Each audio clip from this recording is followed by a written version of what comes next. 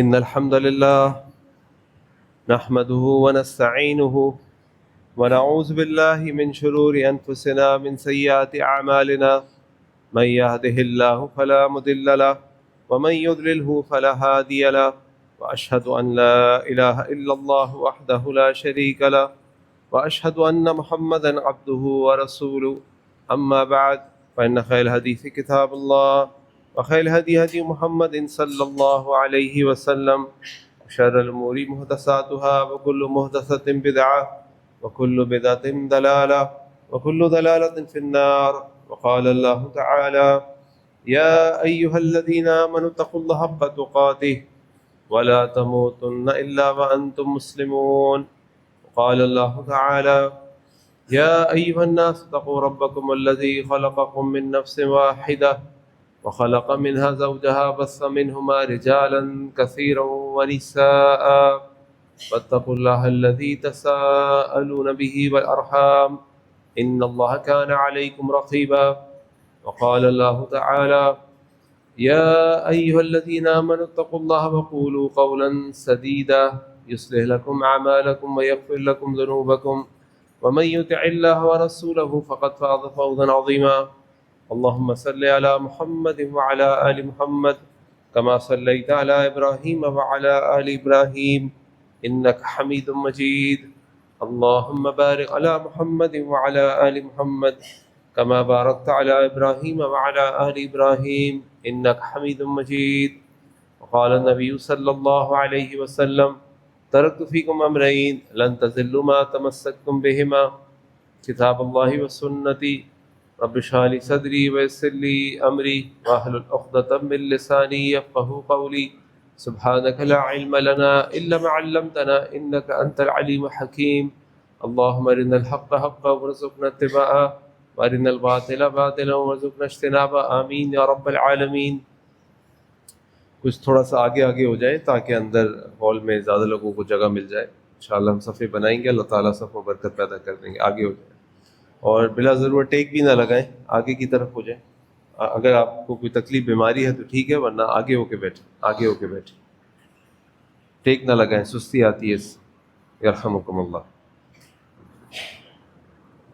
اللہ تعالیٰ اس امت کے اوپر انتہائی مہربان ہے، اور اللہ تعالیٰ کی رحمت کی وسعت کا آپ اس سے اندازہ لگائیے کہ اللہ تعالیٰ نے پچھلی امتوں کے مقابلے میں ہماری امت کو عمریں تو کم دی ہیں، لیکن اجر و ثواب کمانے کے ایسے مواقع دیے ہیں کہ ہم پچھلی جتنی امتیں ہیں اجر و ثواب میں ان سے آگے نکل سکتے. اور پہ در پہ ایک کے بعد دیگرے اللہ تعالیٰ ہمیں بار بار ایسے گولڈن چانس دیتے ہیں کہ اگر ہم اس سے فائدہ اٹھائیں تو ہم تمام پچھلی امتوں سے اجر و ثواب میں آگے نکل جائیں. ہم دن میں الحمدللہ 5 وقت کی باجماعت نماز ادا کرتے ہیں، سنت موقدہ ادا کرتے ہیں، اور اللہ کے نبی صلی اللہ علیہ وسلم کی حدیث کے مطابق جو شخص دن میں 12 سنتیں ادا کرتا ہے، 2 فجر سے پہلے، 4 ظہر سے پہلے، 2 ظہر کے بعد، 2 مغرب کے بعد اور 2 عشاء کے بعد، یہ 12 سنتیں اللہ تعالیٰ نے وعدہ کیا ہے کہ اللہ تعالیٰ جنت میں اس کے لیے محل تعمیر کریں گے. تو جس کو جنت میں محل چاہیے وہ کبھی بھی ان سنتوں کو ترک نہیں کرے گا. لیکن یہ دن بھر کی 5 وقت کی باجماعت فرض نماز پڑھنے کے بعد بھی انسان اگر اور اجر حاصل کرنا چاہے تو اللہ نے تہجد کی نماز ہمارے لیے رکھی ہے، اور اس میں پھر اللہ تعالیٰ نے آخری پہر میں اپنی خاص رحمت کے دروازے کھولے ہیں، اور اللہ تعالیٰ اپنے بندوں کو پکار کر کہتے ہیں کون ہے حاجت مند، کون ہے گنہگار جو مغفرت کا طالب ہو، کون ہے جو جہنم سے آزادی چاہتا ہو، آ جائے میرے پاس، میں اس کو معاف کر دوں گا، اس کی ضروریات پوری کر دوں گا. رمضان ابھی گزرا، رمضان کے بعد اللہ تعالیٰ نے ہمیں شوال دے دیا. 6 روزے جو شوال کے رکھ لے پورے سال کے روزوں کا اجر مل جاتا ہے. پھر ہر مہینے میں اللہ تعالیٰ نے ایام 20 کے روزے دے دیے کہ 3 روزے رکھو، پورے 30 دن کے روزوں کا اجر لے لو. اس کے بعد شوال کے بعد ذوالقعدہ آیا، اب اللہ تعالیٰ نے ہمیں دوبارہ ذوالحجہ کے دن دے دیے. اسی طریقے سے حج کا سیزن ہے، اللہ تعالیٰ نے مسلمانوں کو حج کرنے کے مواقع دیے ہیں. مسلمان حج کے لیے نکلے ہیں، جو لوگ بھی حج کے سفر پہ جا چکے ہیں اور جو جانے والے، اللہ تعالیٰ تمام لوگوں کے سفر کو آسان بنائے۔ اللہ تعالیٰ تمام مسلمانوں کو حج مبرور عطا فرمائے اور ان کے تمام مناسک کو پوری صحت و عافیت کے ساتھ سنت کے مطابق ادا کرنے کی توفیق عطا فرمائے۔ یہ حج کا سیزن ختم ہوگا، عمرہ شروع ہو جائے گا، پھر اللہ تعالیٰ نے موقع دے دیے کہ عمرے کرو، تو اللہ تعالیٰ کی رحمت کے دروازے ہر وقت کھلے ہیں اور اس امت پہ اللہ تعالیٰ انتہائی مہربان ہے۔ اب ضرورت اس بات کی ہے کہ ہم اس سے فائدہ اٹھائیں اور ان گولڈن اپرچونٹیز کو، چانسز کو اویل کریں تاکہ ہم اجر و ثواب میں آگے بڑھ جائیں۔ پچھلی امتوں کی عمریں سینکڑوں سالوں میں ہوتی تھیں، اللہ تعالیٰ نے رمضان میں لیلۃ القدر دے دیا، خیر من الف شہر، ایک رات کی عبادت کرو اور 1000 مہینوں سے زیادہ عبادت کا اجر لے لو۔ اب جس کو 10 لیلۃ القدر مل جائیں، 20 مل جائیں، 30 مل جائیں، 40 مل جائیں، 50 مل جائیں، سوچیں کہ وہ کتنے سینکڑوں سالوں کا اجر کما گیا۔ اسی طرح اب یہ جو ذوالحجہ کا مہینہ شروع ہونے والا ہے، یہ ایک بہترین مہینہ ہے۔ اللہ کے نبی صلی اللہ علیہ وسلم کی حدیث آپ نے فرمایا، مل عمل فی ایام العشر افضل من العمل فی هذه، کوئی بھی عمل جو اس 10 دنوں میں کیا جاتا ہے اس سے افضل کوئی عمل نہیں۔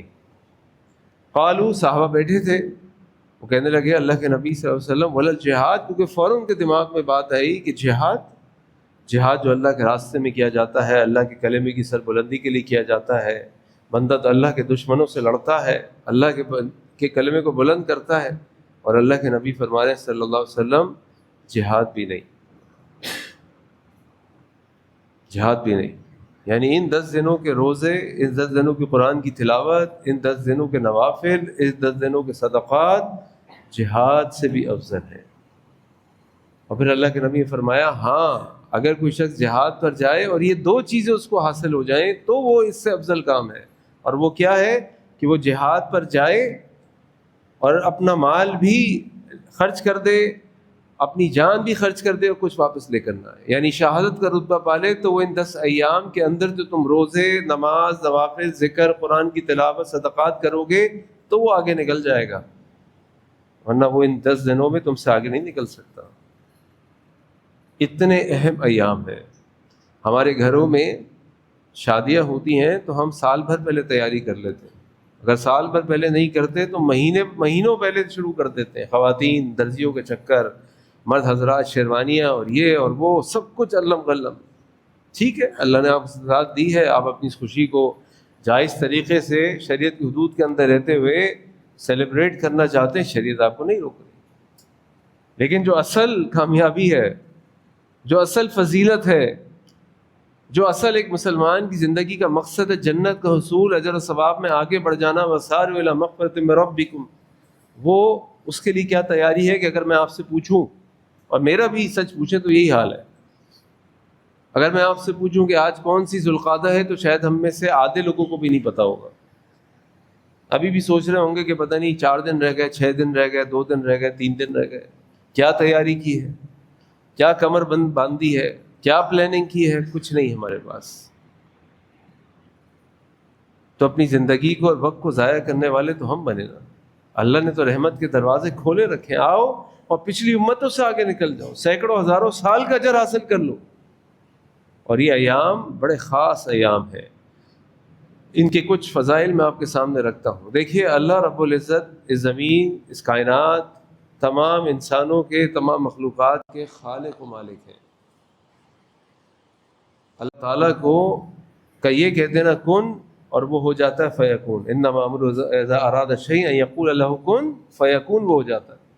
اللہ تعالیٰ کو کسی کام کی اہمیت کو ہمارے سامنے رکھنے کے لیے قسم کھانے کی ضرورت نہیں، اور ہم سب جانتے ہیں کہ قسم کیوں کھائی جاتی ہے۔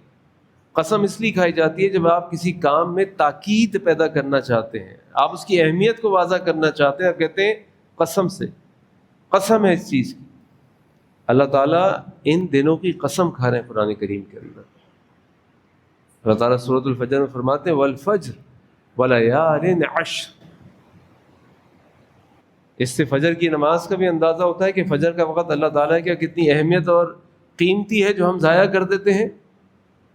اور پھر ولیال عشر، یہ 10 راتیں، ان کی قسم اللہ تعالیٰ فرما رہے ہیں، اور ابن کثیر فرماتے ہیں کہ ان 10 راتوں سے مراد ذوالحجہ کے 10 دن ہے۔ تو آپ سوچ سکتے ہیں کہ ذوالحجہ کے ان دنوں کی اللہ تعالیٰ کے ہاں کتنی اہمیت ہے۔ پھر اللہ تعالیٰ قرآن میں سورۃ الحج میں مقام پہ فرماتے ہیں وَاذْكُرُوا اللَّهَ فِي أَيَّامٍ مَّعْدُودَاتٍ، اللہ کا ذکر کرو ان چند گنتی کے دنوں کے اندر۔ یہ چند دن اگر آپ سیاق و سباق دیکھیں اس آیت کا تو پتہ چل جاتا ہے ہمیں کہ یہ حج کے احکامات کی بات ہو رہی ہے، کہ جب مسلمان حج کے مناسک ادا کر رہے ہیں، مینا کے اندر ہے، عرفات کے اندر ہے، مزدلفہ کے اندر ہے، جو بھی حج کے ایام ہیں ان کے اندر اللہ تعالیٰ کا ذکر کرتے رہو، اللہ تعالیٰ کا ذکر کرتے رہو، بہترین عبادت ہے۔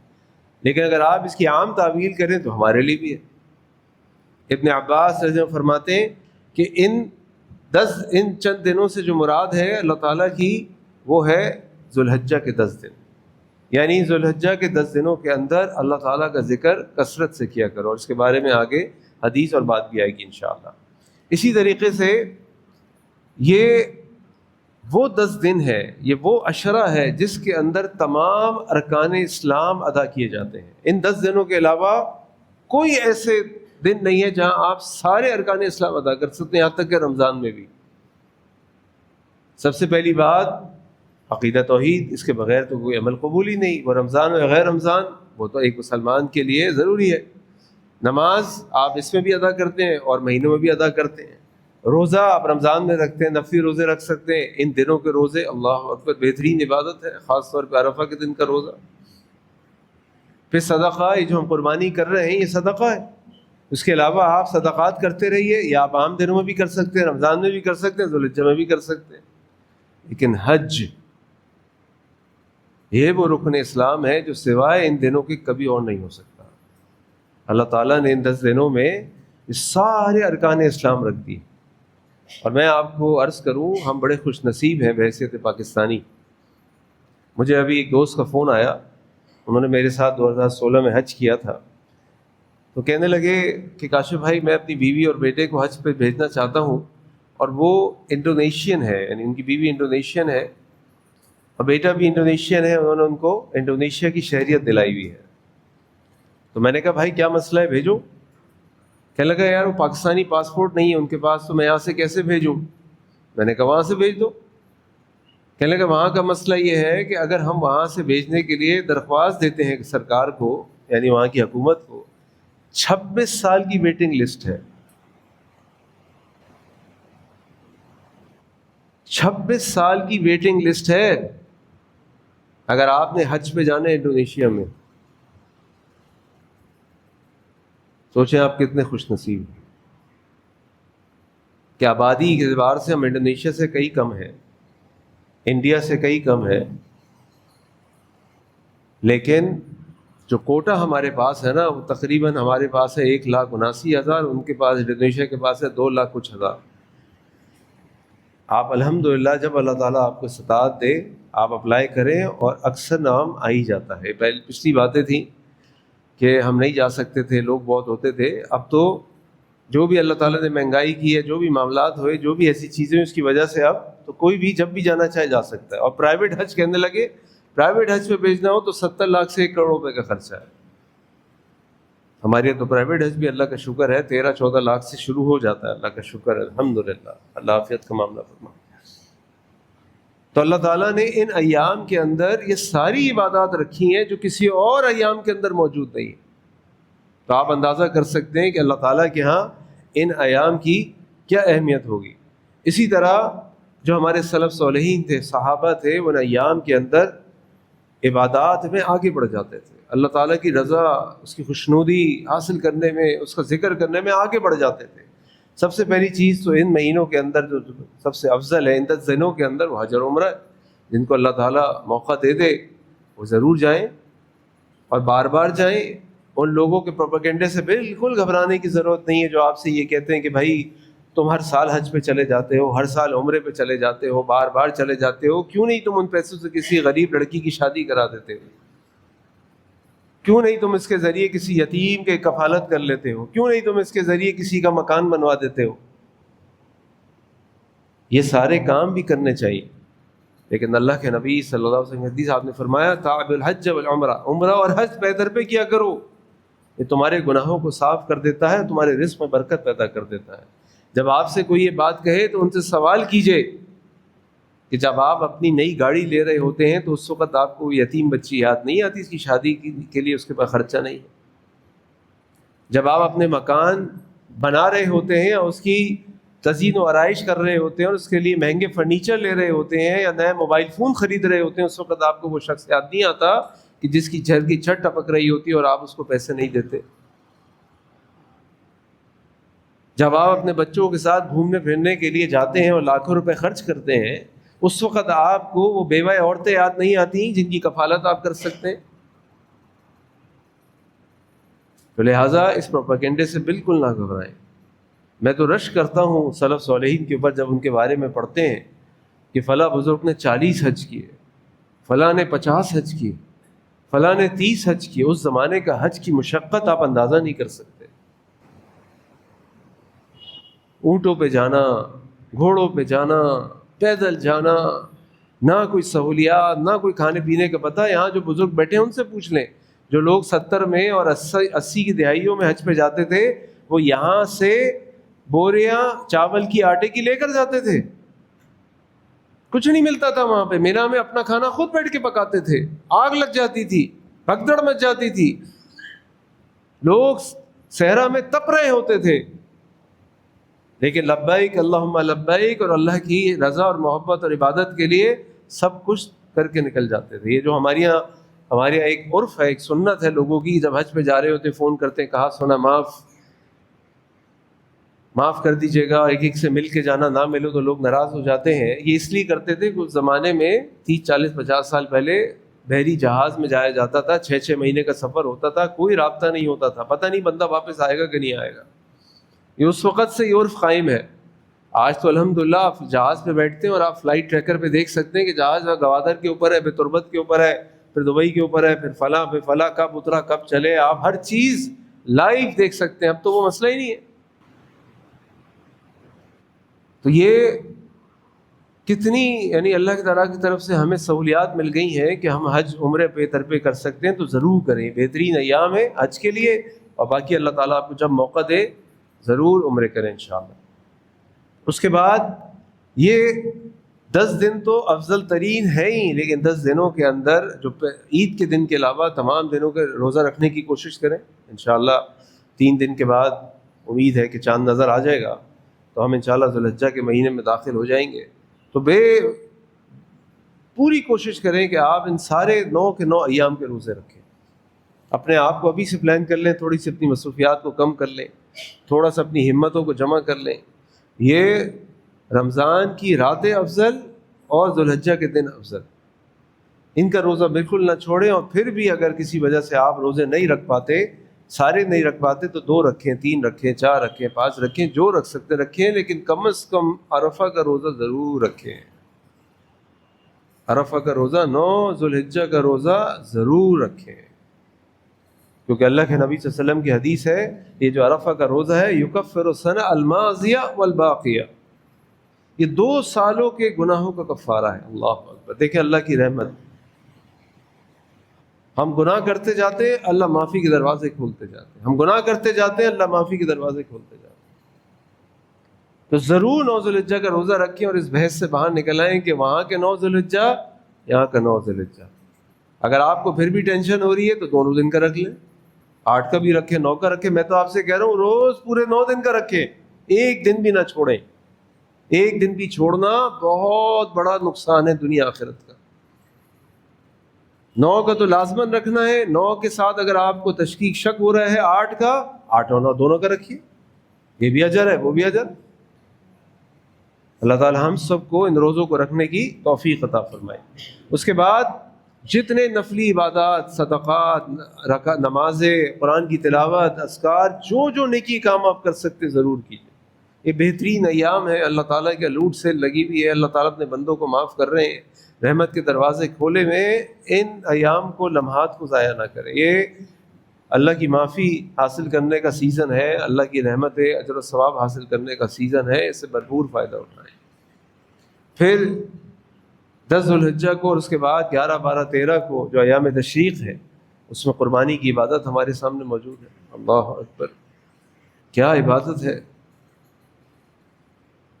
یوم النہر پورے سال کا سب سے افضل ترین دن یوم النہر ہے، 10 ذوالحجہ، افضل ترین. عرفہ اس دن اللہ تعالیٰ سب سے زیادہ اپنے بندوں کو جہنم سے آزاد کرتے ہیں، لیکن افضل ترین دن یوم النہر 10 ذوالحجہ. اور یہ جو ہمارے یہاں ایک فقہی اوپینین ہے کہ جس پہ زکوٰۃ نہیں ہے اس پہ قربانی نہیں ہے، یہ بالکل بلا دلیل اوپینین ہے. واللہ اعلم. اللہ کے نبی صلی اللہ علیہ وسلم نے اپنی ساری زندگی کبھی زکوٰۃ نہیں دی. آپ کے پاس اتنا مالی جمع نہیں ہوتا تھا کہ ایک سال اس پہ گزر جائے اور وہ زکوٰۃ دے نصاب کے برابر. لیکن اللہ کے نبی صلی اللہ علیہ وسلم نے کوئی ایک سال ایسا نہیں چھوڑا جس میں آپ نے قربانی نہ کی. اس سے بڑی دلیل ہمارے پاس کیا ہے قربانی کرنے کے لیے. اور اللہ کے نبی صلی اللہ علیہ وسلم نے فرمایا کہ من کان لہ سعۃ، جس کے پاس وسعت ہو، ولم یزع، اور وہ قربانی نہ کرے، فلا یقربن مصلانا، اس کو چاہیے کہ ہمارے مصلوں پہ نماز پڑھنے نہ آئے. فقہی اعتبار سے جو اکثریت کی رائے وہ یہ ہے کہ قربانی واجب ہے، فرض نہیں ہے. یعنی لیکن جس کو اللہ تعالیٰ نے وسعت دی، اللہ کے نبی فرما رہے ہیں، اور وہ قربانی نہ کرے، اس کو چاہیے کہ وہ ہماری ساتھ نماز پڑھنے نہ آئے. یعنی قربانی اللہ تعالیٰ کے ہاں اتنی پسندیدہ اور اتنی اہم عبادت ہے کہ اس کو کسی صورت بھی ضائع نہیں کرنا چاہیے. لیکن اب کیا کریں، جو قربانی کا ماحول ہمارے یہاں بنا ہوتا ہے اس کو ذرا غور و فکر کرنے کی ضرورت ہے. ضرور قربانی کیجیے. ایک حضرت ابو ایوب انصاری رضی اللہ عنہ کی حدیث ہمیں ملتی ہے، فرماتے ہیں کہ ہم اللہ کے نبی صلی اللہ علیہ وسلم کے زمانے میں پورے گھر والوں کی طرف سے ایک قربانی کرتے تھے اور وہ سب کو کفایت کرتی تھی. یعنی اس سے آپ کا وجوب ادا ہو گیا. لیکن اگر آپ اللہ کے راستے میں اور قربانی کرنا چاہتے ہیں، جو کہ اچھی بات ہے، کیجیے، لیکن یاد رکھیے کہ اللہ تعالیٰ فرماتے ہیں قرآن کے اندر لن ینال اللہ لحومها ولا دماؤها ولکن ینالہ التقوی منکم. اللہ تعالیٰ کو نہ خون پہنچتا ہے نہ گوشت پہنچتا ہے. تم ایک جانور گراؤ کہ تم 10 جانور گراؤ، تم پاکستانی بیل گراؤ کہ آسٹریلین بیل گراؤ، اللہ تعالیٰ کو یہ نہیں پہنچتا. اللہ تعالیٰ کو تمہارے دلوں کا تقویٰ پہنچتا ہے. تقویٰ کیا ہے؟ سب سے پہلے تو جب جانور لینے جا رہے ہیں تو جو مال جس سے جانور خرید رہے ہیں حلال کا ہے. کسی کا قرض ادا کرنا ہو اور قرض کی تاریخ آ چکی ہو اور آپ قرض ادا نہ کریں کہ میں نے قربانی کرنی ہے، بھائی بعد میں دوں گا، پتہ نہیں اس بیچارے کا کتنا نقصان پریشانی اس کو ہو رہی ہے. ذرا غور و فکر کریں، کیا یہ تقوی کا تقاضا ہے؟ کیا یہ تقوی کا تقاضا ہے کہ آپ جب قربانی کا جانور لینے جا رہے ہوں تو آپ کے دل میں یہ خیال ہو کہ میرے محلے والے کہیں کیا جانور لایا بھائی، یا آپ کے دل میں یہ ہے کہ نہیں میں اللہ کی راہ میں اچھے سے اچھا جانور قربان کروں؟ یہ چیک کر لیں اپنے دل کو، کیونکہ یاد رکھیں لن ینال اللہ لحومها ولا دماؤها ولکن ینالہ التقوی منکم. تیسری چیز یہ ہے کہ یہ جانور جب آپ لے کر آئیں تو یہ جانور جب آپ جس جگہ باندھ رہے ہیں اس باندھنے کی وجہ سے آپ کے محلے والوں کو کوئی تکلیف تو نہیں ہو رہی. ہمیں تو شریعت نے لوگوں کے راستے میں نماز پڑھنے کو بھی منع کیا ہے.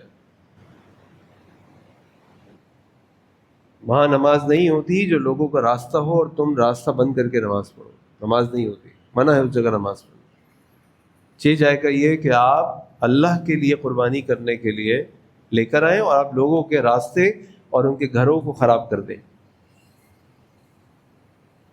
نمبر 4، جب آپ قربانی کرنے کے لیے نکلے عید کے دن فجر کی نماز پڑھی تھی؟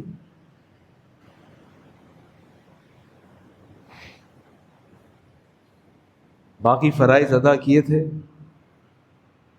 اس کو چیک کر لیں، کیونکہ اللہ تعالیٰ کے ہاں جو دستور ہے، جو اصول ہے وہ یہ ہے کہ لن ینال اللہ لحومها ولا دماؤها ولکن ینالہ التقوی منکم.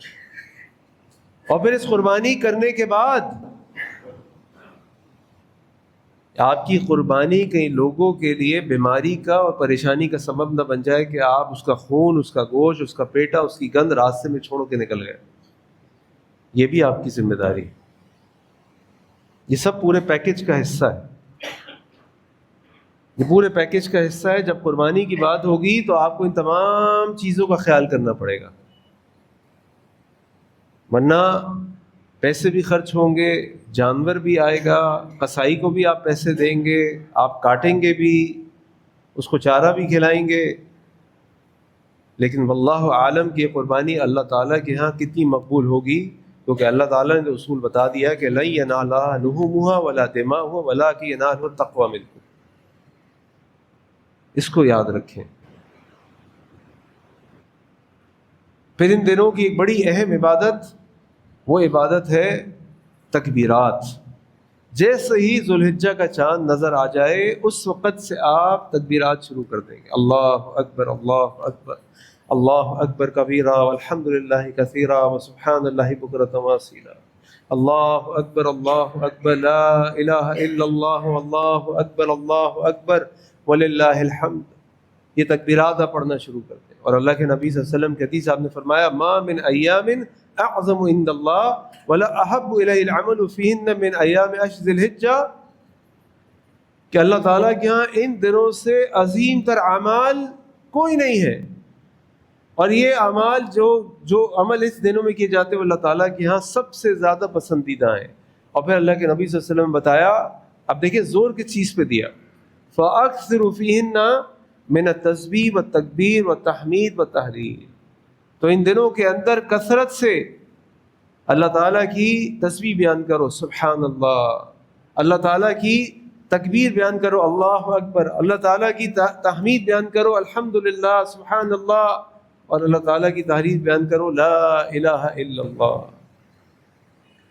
یہ کثرت سے کریں. صحابہ گلیوں میں پھرتے تھے، صحابہ ہر نماز کے بعد دن بھر جیسے ہی یاد آتا تھا زور زور سے پڑھنا شروع کر دیتے تھے تاکہ لوگوں کو بھی یاد آ جائے.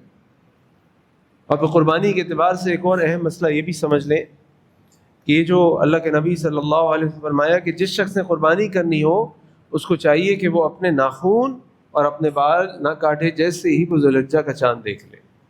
یعنی یہ حکم اس شخص کے لیے ہے جو قربانی کا ارادہ رکھتا ہو. اب اگر میں اپنے گھر والوں کی طرف سے قربانی کا ارادہ رکھتا ہوں تو یہ پابندی میرے لیے ہے، میرے گھر والوں کے لیے نہیں ہے. اس میں ہو سکتا ہے کوئی فقہی اختلاف ہو، اللہ عالم. میری تحقیق یہ ہے کہ یہ پابندی میرے لیے ہے، میرے گھر والوں کے لیے. ہاں اگر میری بیوی بھی اپنی طرف سے قربانی کرتی ہو کہ جی میری طرف سے میرا مال ہے، آپ میری قربانی کیجیے الگ سے، تو پھر اس کے اوپر بھی پابندی آ جائے گی. یا میرا کوئی بچہ کہے کہ جی میری طرف سے، اس میں پابندی آ جائے گی. لیکن اگر میں اپنے گھر والوں کی طرف سے کر رہا ہوں تو پھر یہ پابندی میرے لیے ہے اور وہ اس پابندی سے آزاد ہے. واللہ اعلم. اسی طرح ایک اور مسئلہ قربانی کے اعتبار سے یہ بھی پوچھا جاتا ہے کہ کیا مرحومین کے لیے قربانی ہے؟ تو دیکھیے عام طور پہ تو اصول یہ ہے کہ یہ قربانی کی جو عبادت ہے وہ زندہ لوگوں کے لیے ہے، زندہ لوگ قربانی کرتے ہیں. اللہ کے نبی صلی اللہ علیہ وسلم نے جب قربانی کی تو اللہ کے نبی صلی اللہ علیہ وسلم نے کہا کہ اللہ اس قربانی کو میری طرف سے، میرے گھر والوں کی طرف سے، میری امت کی طرف سے قبول کر. اب اس سے کچھ علماء نے قیاس کیا کہ امت کے اندر تو وہ بھی شامل ہے جو زندہ ہے، وہ بھی شامل ہیں جو گزر چکے، اور وہ بھی شامل ہیں جو آئیں گے. تو لہٰذا مرحومین کی طرف سے قربانی کی جا سکتے. یہ بھی کئی علماء کا ایک موقف ہے. لیکن جو لوگ اس کے قائل نہیں ہیں، جو علماء وہ یہ کہتے ہیں کہ ہم نہیں دیکھتے کہ اللہ کے نبی صلی اللہ علیہ وسلم نے حضرت خدیجہ کے لیے کوئی قربانی کی، یا اپنی کسی بیٹی کے لیے جو 3 بیٹیاں آپ صلی اللہ علیہ وسلم کے سامنے چلی گئیں ان کے لیے قربانی کی، یا اپنے چاچا حضرت امیر حمزہ حضرت جعفر رضی اللہ عنہ ان کے سامنے شہید ہو گئے ان کے لیے قربانی کی. تو اس سے ہمیں پتہ چلتا ہے کہ اللہ کے نبی صلی اللہ علیہ وسلم نے کسی خاص کے لیے قربانی نہیں کی، خاص مرحوم کے لیے. اور اگر آپ قربانی کر بھی لیں تو یہ ان کی طرف سے ایک صدقہ ہے، تو لہٰذا آپ صدقہ تو ویسے بھی کرنا چاہیں تو ضرور کیجیے اپنے مرحومین کی طرف سے. لیکن آپ اس کو ایک سنت سمجھ کے کریں تو میں نے آپ کے سامنے دونوں موقفات رکھ دیے ہیں کہ مرحوم کی طرف سے قربانی ہوگی یا نہیں ہوگی، واللہ عالم. اسی طریقے سے جو لوگ حج پہ جاتے ہیں ان کے پہ ایک سوال بار بار یہ ہوتا ہے کہ جی کیا میں اپنے گھر میں قربانی کروں گا؟ تو ان سے سوال یہ کیا جائے بھائی کیا آپ عید منا رہے ہیں؟ جو حاجی حضرات ہیں کیا وہ عید منائیں گے؟ عید منانے والا تو عید کی نماز پڑھتا ہے، تو حاجی تو عید نہیں مناتا. حاجی تو حج کرنے نکلا ہوا ہے، وہ تو اس کی جو قربانی ہے اس کو کہا جاتا ہے ہدی، وہ ہدی کرے گا اللہ کے راستے میں۔ اور اس میں بھی ہم بعض اوقات وسعت کے باوجود بھی کنجوسی کر رہے ہوتے ہیں، یعنی صرف ایک ہدی کرتے ہیں۔ اللہ کے نبی صلی اللہ علیہ وسلم نے حجۃ الوداع میں کتنے اونٹ نہر کیا اللہ کے راستے میں؟ 100 اونٹ، ایک ہدی نہیں کی، 100 اونٹ اللہ کے راستے میں قربان کیے۔ تو وہاں جا کر کریں، 1 کریں، 2 کریں، 3 کریں، 10 کریں، جو اللہ نے آپ کو وسعت دی اللہ کے راستے میں خرچ کر رہے ہیں آپ۔ تو حاجی عید نہیں مناتا، حاجی حج کرتا ہے، اس کے لیے جو قربانی ہے اس کے حج کے قسم کے اعتبار سے وہ ہدی کرے گا۔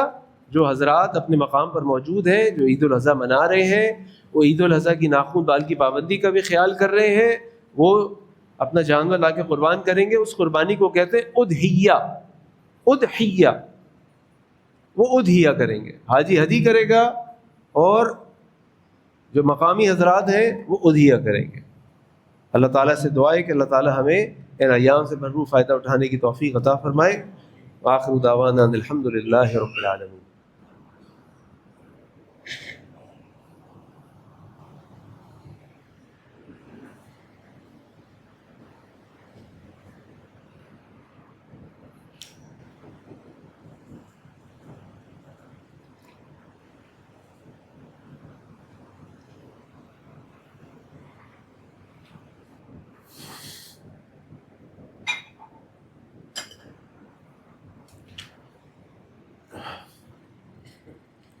الحمد للہ رب العالمین والصلاة والسلام علی سید الانبیاء المرسلین، اما بعد۔